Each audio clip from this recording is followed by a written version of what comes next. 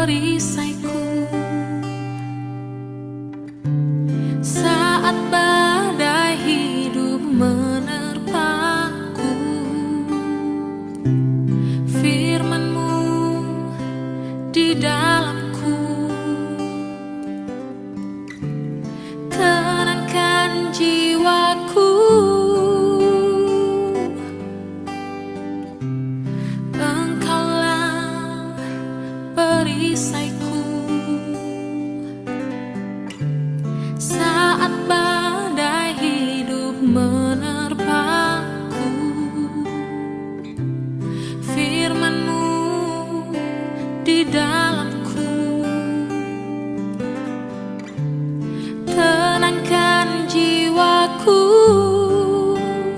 Ku kan berdiri di tengah badai dalam kekuatan yang Kau berikan. Sampai kapanpun ku kan bertahan, karena Yesus selalu menopang. Ku kan bertahan di dalam tekanan dengan kekuatan yang Kau berikan.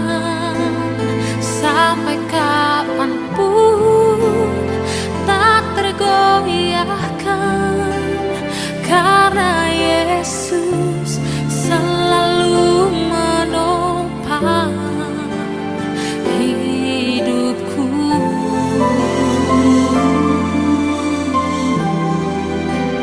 Hanya Yesus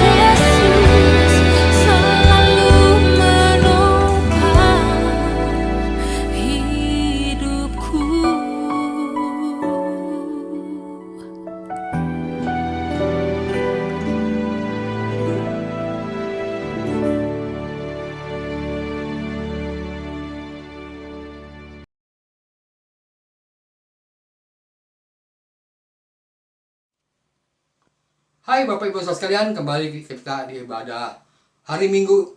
Biarlah menjadi berkat buat kita. Dan hari ini Bapak Ibu Saudara sekalian, kita sebelum memulai ibadah, mari kita berdoa dulu. Kami percaya kuasa Tuhan tidak pernah berubah. Dan kami percaya juga Tuhan, apa yang selama ini Tuhan kami lakukan senantiasa membawa berkat dan memberi kehidupan yang baru buat kehidupan kami. Biarlah kuasa salib Engkau bukan kuasa biasa, tapi kuasa yang mengubah hidup kami, tapi kuasa yang mengubah segala pemikiran kami, dan kuasa itu memang berada di dalam hidup kami. Terima kasih Tuhan, biar Engkau memberkati ibadah kami dari awal, pertengahan hingga akhirnya. Di dalam nama Tuhan Yesus kami berdoa. Haleluya. Amin.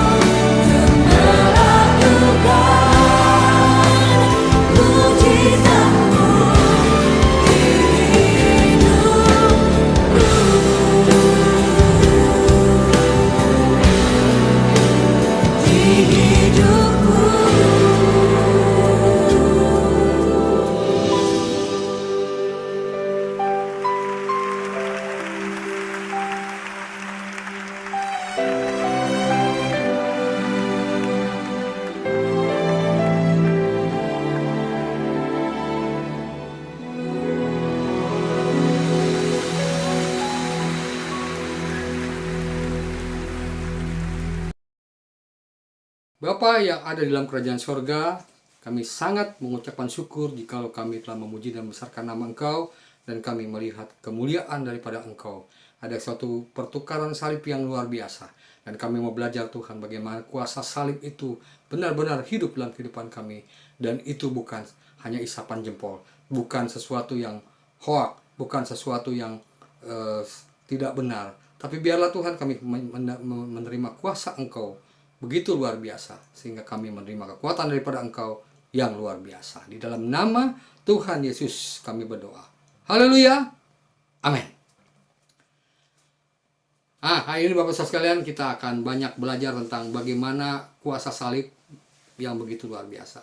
Orang mengatakan bahwa salib itu sebagai lambang daripada penderitaan. Tapi sebetulnya salib itu apa sih? Orang selalu mengagung-agungkan bahwa salib itu sesuatu yang luar biasa. Seberapa besar luar biasanya? Dan orang mengatakan bahwa kekristenan hidup dengan salib, artinya melewati jalan salib. Nah, apa yang dimaksud dengan jalan salib? Apa yang dimaksud dengan penderitaan? Jadi, Bapak Saudara sekalian, boleh saya kasih gambaran bahwa salib itu apa sih? Lambang apa, Bapak Saudara sekalian?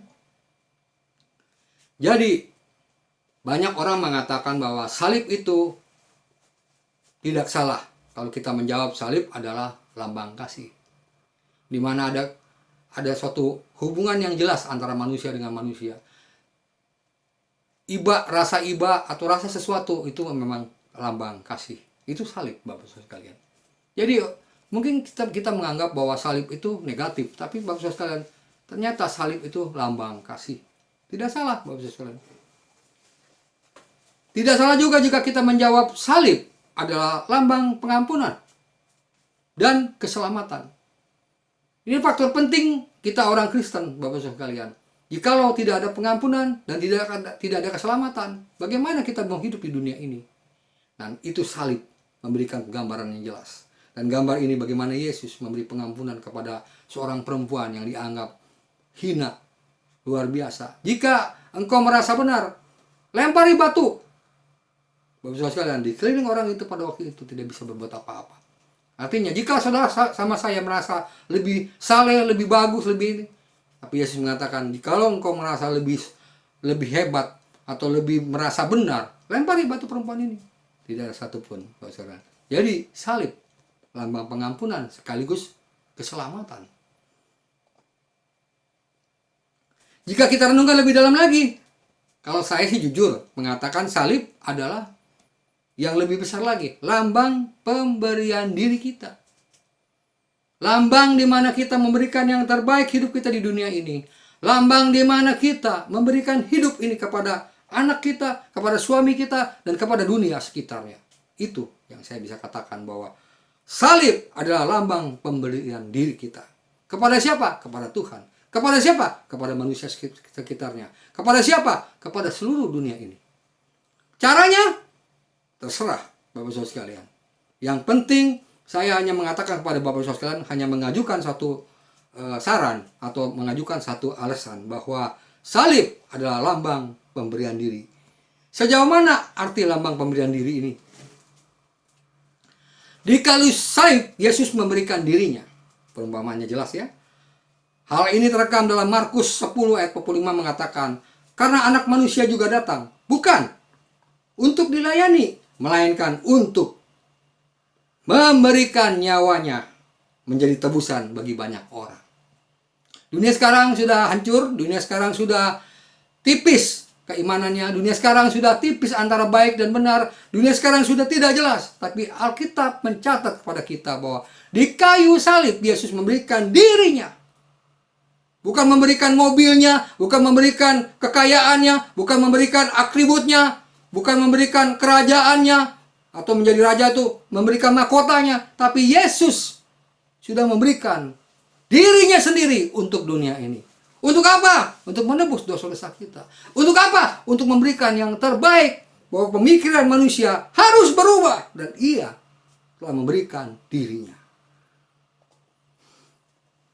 Jadi memberi diri, yang pertama saya katakan, bukan berarti membiarkan diri kita diperlakukan semena-mena oleh orang lain atau dikuasai orang lain.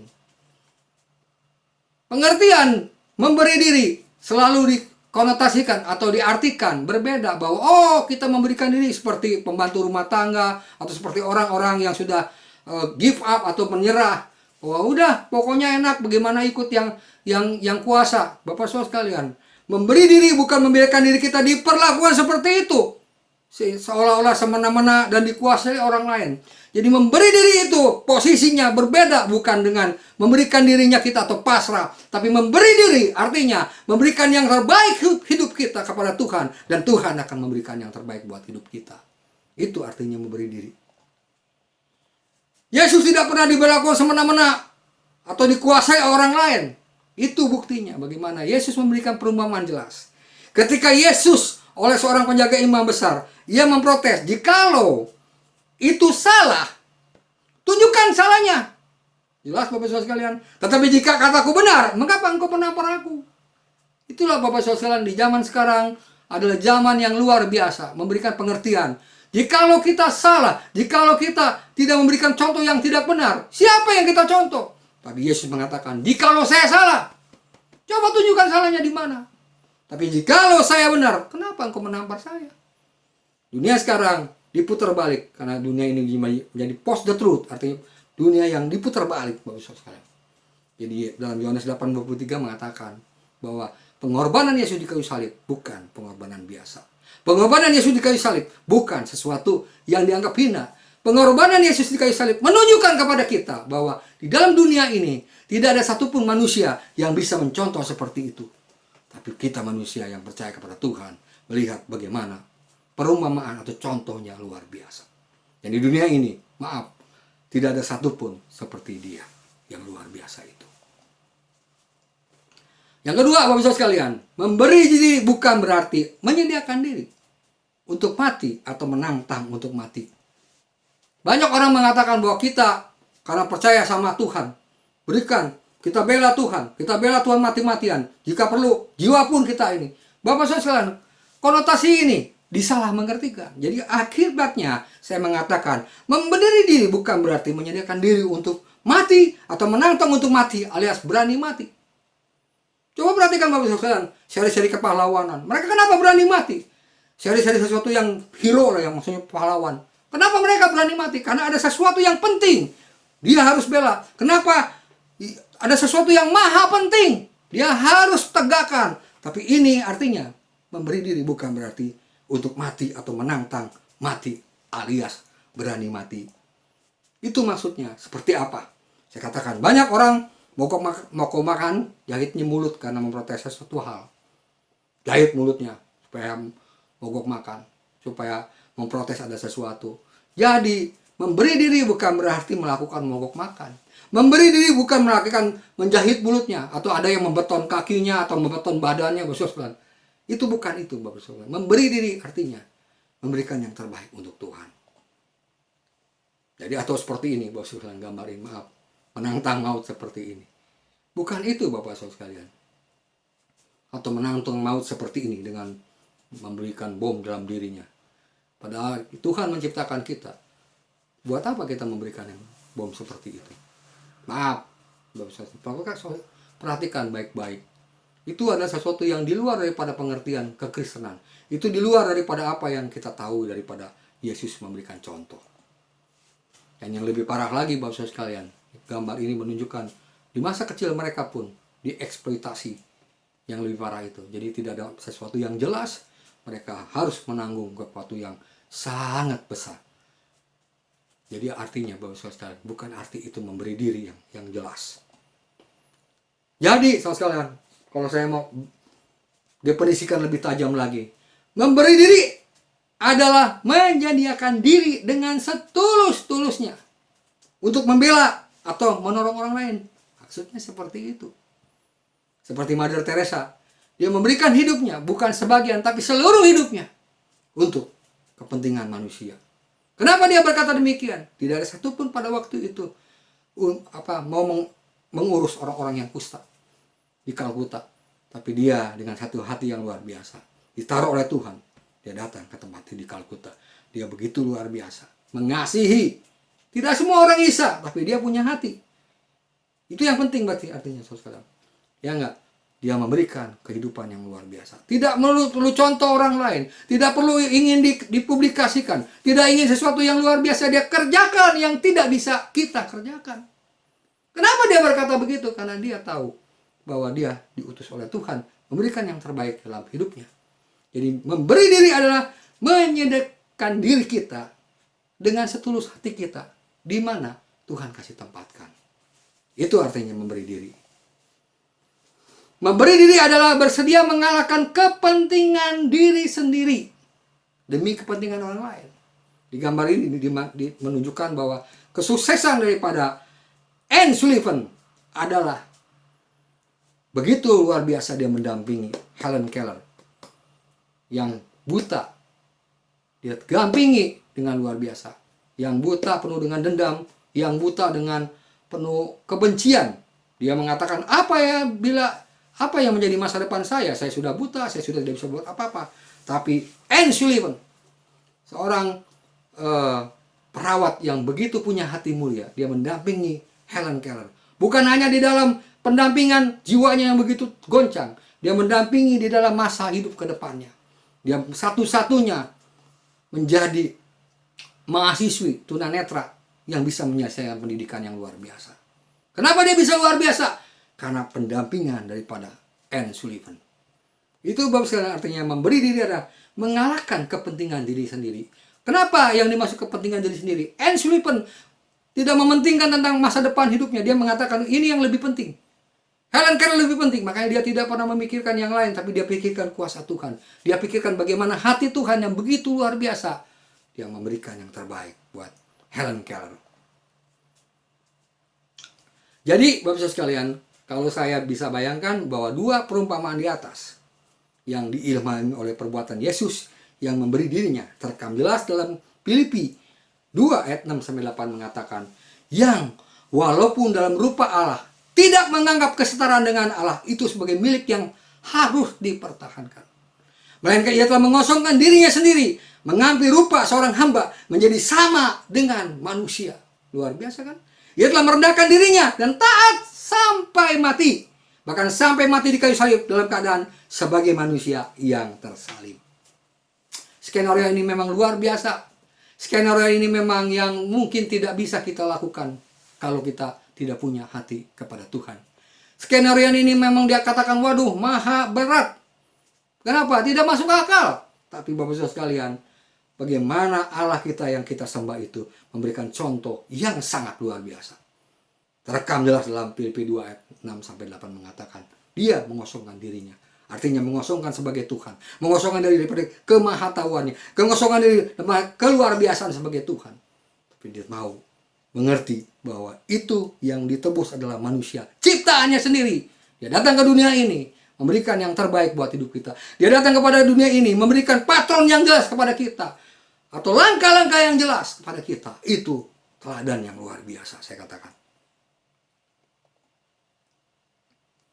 Nah, terus kalian, kita tiba pada satu pengertian.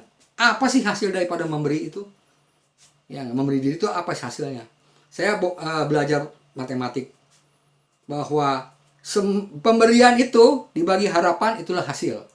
Nah, mari kita main matematik sedikit bahwa kalau kita memberikan 1, harapannya 2, maka jawabannya adalah hasilnya setengah. Jika kamu memberi 1 dan mengharapkan 2, maka hasilnya kamu hanya setengah, dapat setengah. Jika kamu memberikan 1 dan mengharapkan 1, maka hasilnya kamu akan dapat 1. Nah, yang terbalik yang luar biasa ini konsep memberi secara matematis, ya enggak? Jika kamu memberi 1 dan tak mengharapkan apapun, maka kamu akan dapat hasil yang tak terhingga. Pengetahuan ini atau filsafat ini, saudara sekalian, tidak masuk akal. Tapi matematik menulis bahwa itu masuk akal. Karena tak terhingga artinya tidak punya batasan. Unlimited artinya, Bapak Ibu saudara sekalian, kalimat memberi diri atau memberikan sesuatu yang terbaik tanpa mengharapkan, itu hasilnya sangat luar biasa, saya katakan. Mengapa demikian? Itu lihat ekspresi matematik mengatakan, jika saudara sama saya memberi 1 dan tanpa mengharapkan apapun, maka hasilnya tak terhingga. Bapak Ibu sekalian, Yesus datang ke dunia ini Dia memberikan yang terbaik buat hidupnya. Satu saya katakan. Dan dia tidak mengharapkan apa-apa. Menebus dosa kita. Dan hasilnya luar biasa. Tanpa mengharapkan apa-apa, tapi hasilnya sangat luar biasa. Di dalam kekristenan, di dalam kasih Yesus yang luar biasa, pengertian sesuatu yang luar biasa dari Tuhan kepada kita. Dan kita dibukakan moralitas, dibukakan cara berpikir, dibukakan bahwa hidup yang sesungguhnya adalah ini. Jadi Bapak-Ibu sekalian, pernyataan di atas sangat sinkron dengan apa yang dilakukan Yesus dalam Yohanes 15 ayat 13 mengatakan, Yesus memberi diri tanpa imbalan apapun. Ketika dia mencelikan mata Bartimeus, dia tidak minta apapun. Bahkan Bartimeus pun tidak bisa memberikan apa-apa.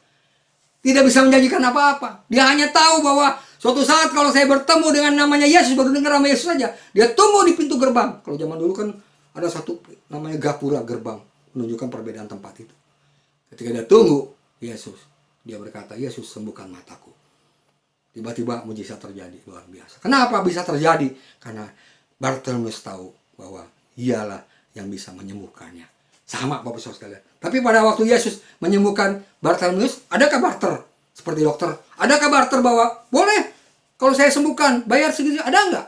Harga? Ada enggak sesuatu yang diminta sama Yesus? Dia tidak. Dia hanya bilang bahwa kasihku melampaui daripada apa yang kau pikirkan.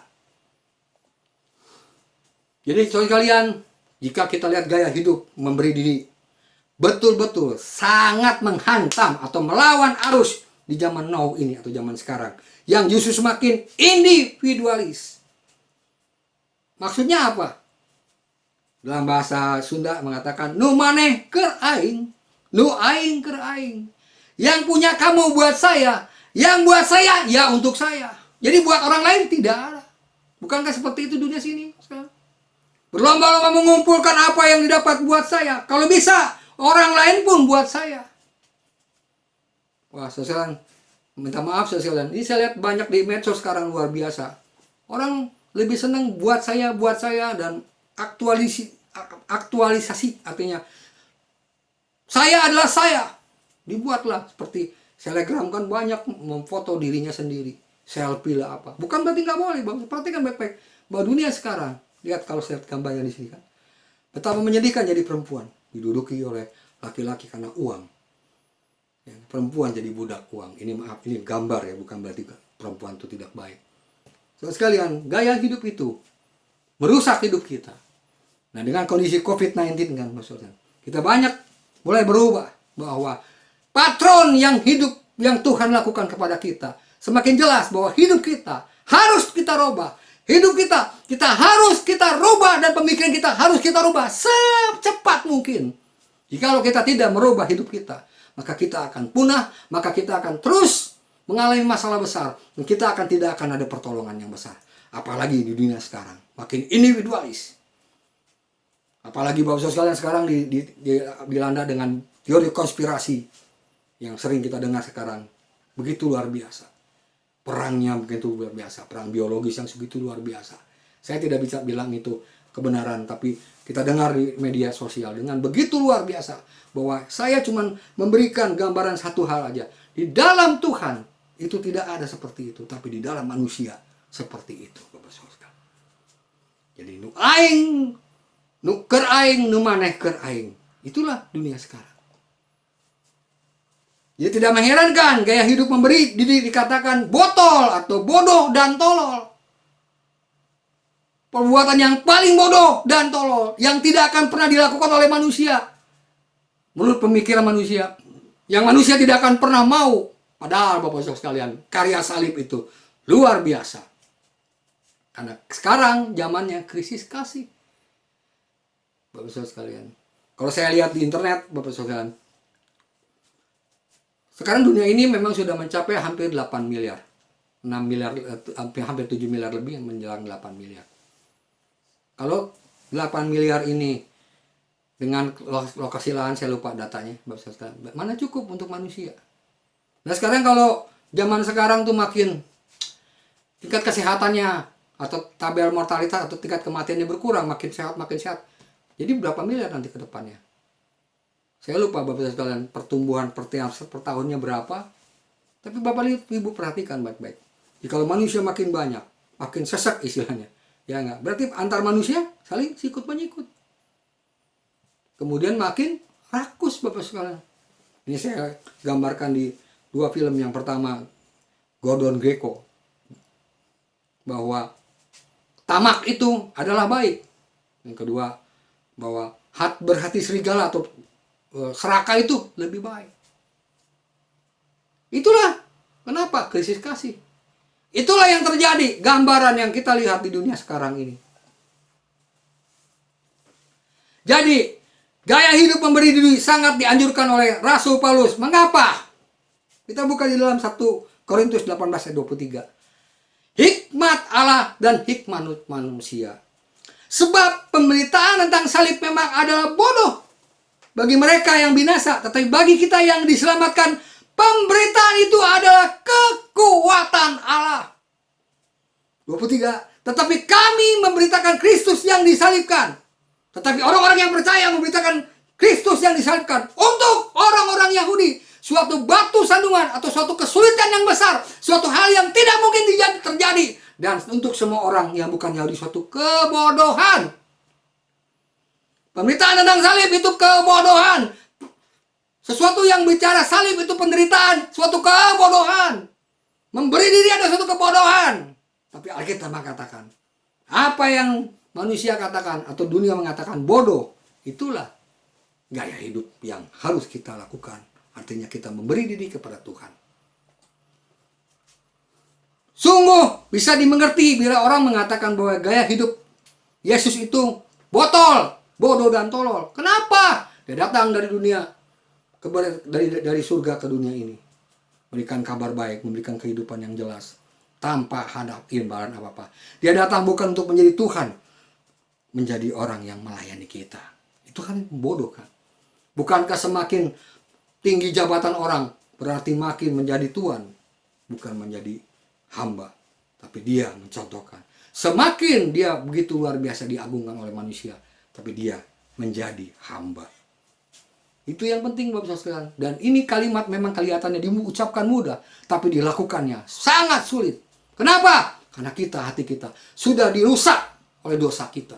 Hati kita sudah dirusak oleh ambisi kita. Hati kita dirusak oleh semua yang menjadi penyebab hidup kita seperti ini.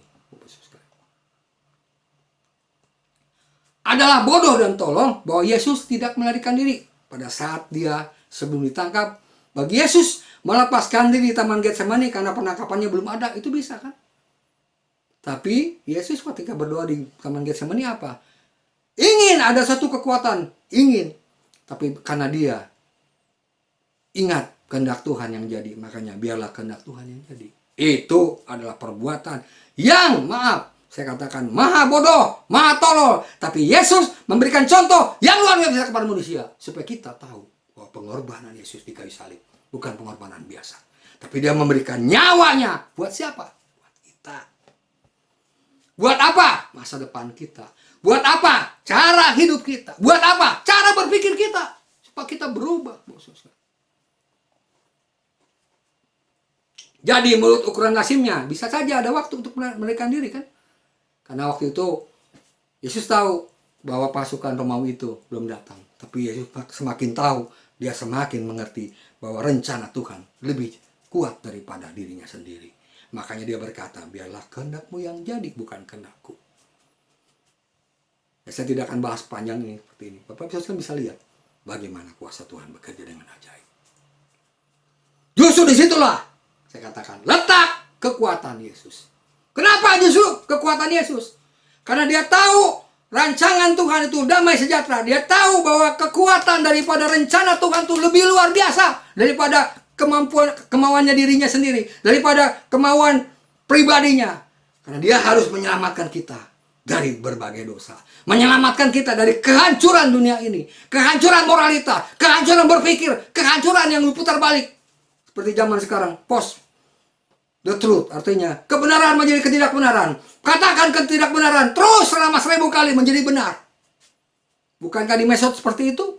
Bukankah sesuatu yang selama ini hoak-hoak jadi benar? Itulah kerjanya Yesus, memberikan pengertian yang luar biasa, kekuatan yang luar biasa kepada kita manusia. Yang memberi diri, apa yang merupakan kebodohan bagi orang lain justru menjadi kekuatan bagi Yesus dan kita semua. Apa yang dikatakan manusia bodoh, tapi itulah kekuatan yang tidak pernah kita pikirkan. Itulah sesuatu yang ajaib di dalam hidup kita. Jadi Bapak Ibu sekalian, kalau saya boleh berkata bahwa ini kelihatannya memang bahasanya mudah, tapi diperlakukan kita sama-sama belajar. Bahwa pelayanan Kristiani juga merupakan suatu botol bagi orang yang lazim pada umumnya. Betul? Untuk menjadi hamba Tuhan, kita harus mengesampingkan hal-hal yang kedagingan. Untuk menjadi sesuatu yang dipakai sama Tuhan, kesampingan semua kepentingan diri kita sendiri. Kesampingan segala ambisi pribadi kita. Kesampingan segala apa yang menjadi tumpuan hidup kita. Bukankah sekarang gereja harus banyak bebenah?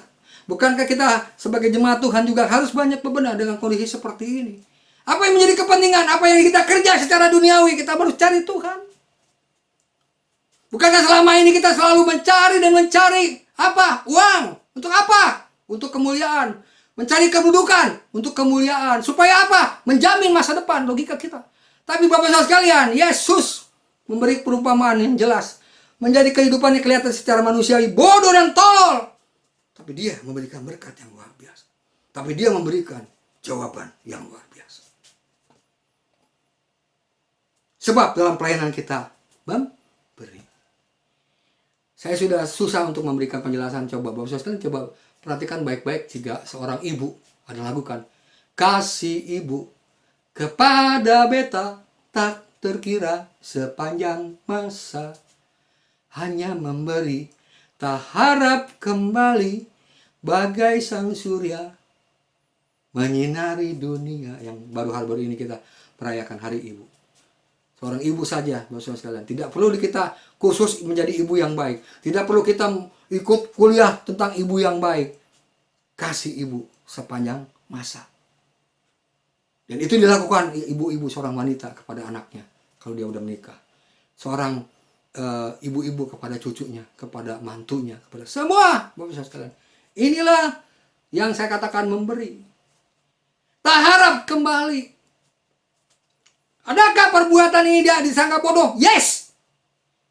Tapi seorang ibu mengasihi anaknya. Apakah disebut orang bodoh?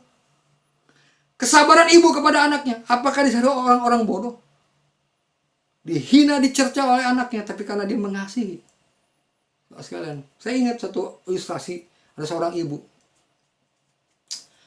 demi buat membebaskan anaknya di penjara.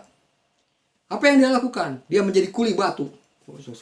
Dia angkat batu, dia pukul sampai tangannya hancur. Dia terus bekerja. Buat siapa? Buat anaknya. Suatu saat anaknya ibu itu mengunjungi anaknya. Dia bilang, kenapa sangat terlambat? Ibu cuma nangis. Wah, enggak, ada sedikit-sedikit. Rupanya dia dengar dari temannya. Dia tersungkur di hadapan ibunya itu berkata, saya sebagai anak yang kurang ajar, sebagai anak yang tidak pernah berterima kasih dengan pengorbanan ibu. Ibu sudah mengorbankan bukan untuk dirinya, tapi untuk saya. Itulah saudara sekalian memberi yang tak harap kembali.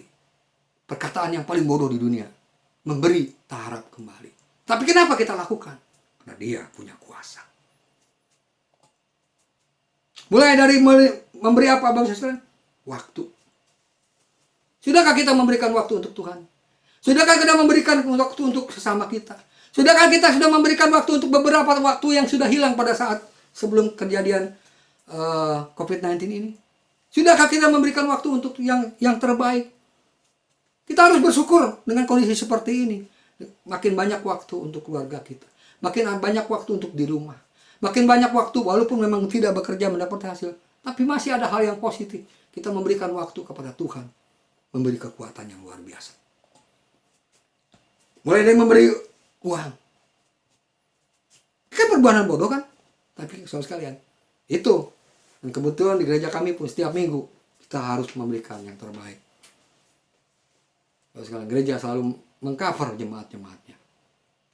Kenapa? Karena kasih itu tidak berkesudahan.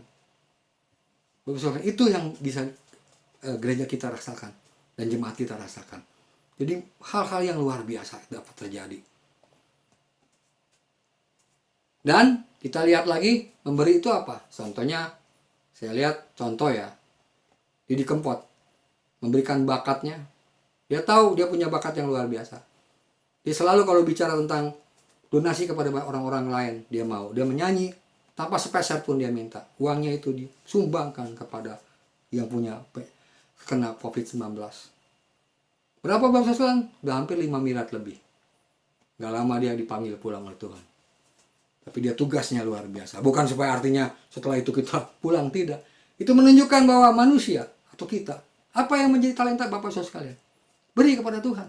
Yang selama ini Saudara sekalian mungkin talenta itu diberikan untuk diri kita sendiri. Talenta itu untuk kecerdasan, kepintaran, keterampilan selama ini diberikan hanya untuk diri kita sendiri. Coba, pernah nggak kita memberikan yang terbaik untuk Tuhan? Sekarang, kalau nggak mau kita coba. Mari kita coba berikan yang terbaik untuk Tuhan. Memberikan bakat. Didi Kempot, seorang penyanyi biasa. Whitney Houston, seorang penyanyi yang luar biasa. Berasal dari gereja, tapi dia tidak memanfaatkan bakat yang luar biasa. Akhirnya mati pun luar biasa juga, dalam tanda petik. Kenapa saudara sekalian? Apa artinya hidup? Apa artinya masa depan? Apa artinya kesuksesan? Apa artinya sesuatu yang hebat menurut pikiran manusia? Saya tantang di sini. Rancangan Tuhan adalah rancangan damai sejahtera, bukan rancangan kecelakaan. Tapi kenapa ketika kita punya talenta besar, kita pikir, wah sayang. Jangan sampai seperti ilustrasi itu. Pada waktu kita masih muda, Tuhan panggil.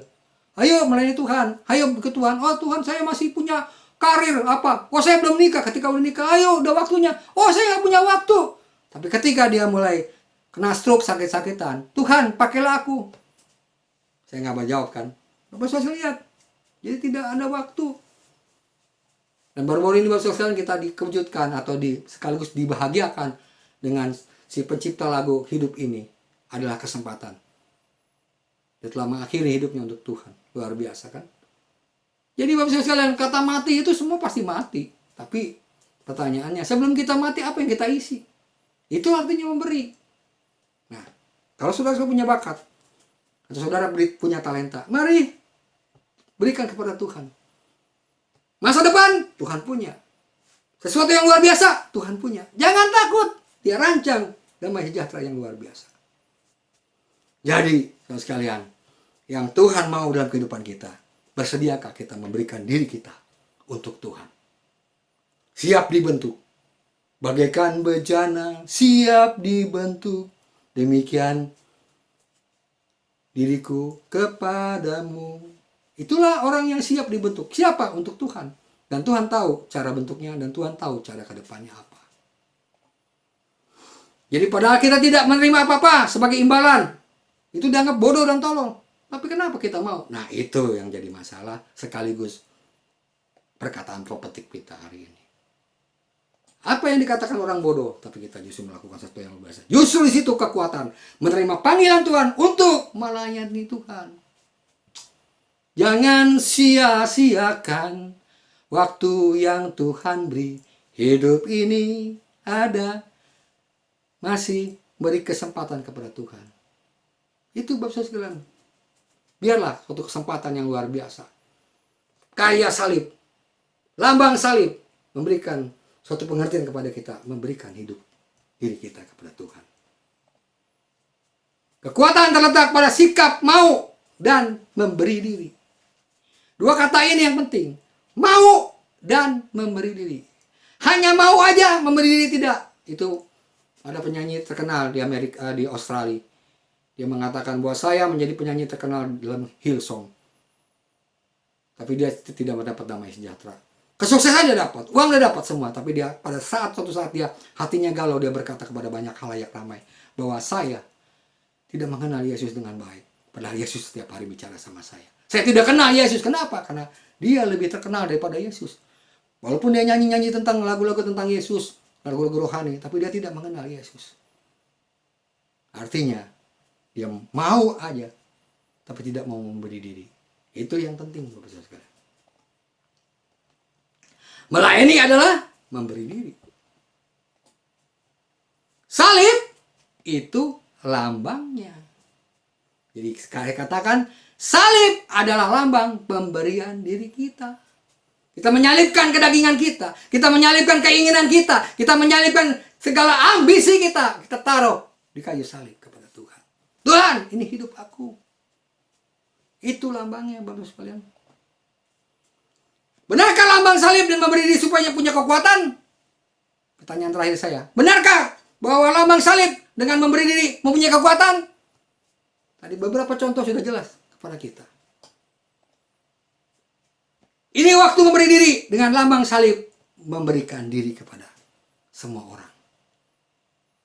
Jangan jauh-jauh kepada diri kita sendiri, kepada keluarga kita, kepada komunitas kita. Kemudian lebih jauh lagi. Sebagai Petrus, dulu sebagai penangkap ikan. Tapi Yesus berkata, hari ini juga engkau bukan menjadi penangkap ikan, tapi penangkap jiwa-jiwa orang. Mari Bapak sekalian, suatu renungan yang luar biasa, biar hari ini kita belajar bagaimana kuasa Tuhan yang begitu luar biasa menerpa hidup kita. Mari kita berdoa. Terima kasih Tuhan, biar engkau menyertakan kehidupan kami sebagai salib, atau bukan penderitaan yang luar biasa, tapi kami menyalibkan segala keinginan kami. Kami menyalibkan segala kesombongan kami. Kami menyalibkan segala sesuatu yang berbau duniawi. Kami selalu bertahan bahwa kuasa Engkau luar biasa. Sebab itu Tuhan, kami akan memberikan hidup kami untuk Engkau. Bentuklah hidup kami ke dalam tangan Engkau. Dalam nama Tuhan Yesus kami berdoa. Haleluya. Amin. Mau sepertimu Yesus, disempurnakan selalu dalam segenap jalanku, memuliakan namamu.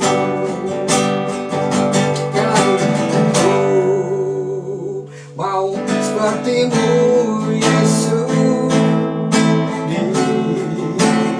disempurnakan selalu dalam segenap jalanku, memuliakan namamu,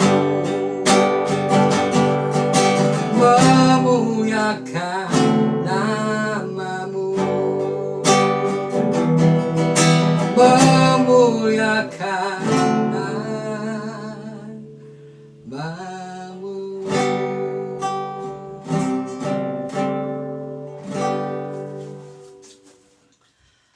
Saudara sekalian, diberkatilah ketika kita kembali lagi minggu depan.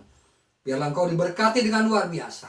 Diberkatilah buah kandungan engkau. Diberkatilah ladang engkau. Diberkatilah bakul nasi engkau. Dan diberkatilah apa yang menjadi doa pribadi engkau. Dari hari ini sampai Tuhan datang yang kedua kali. Di dalam nama Tuhan Yesus. Sama-sama katakan amin.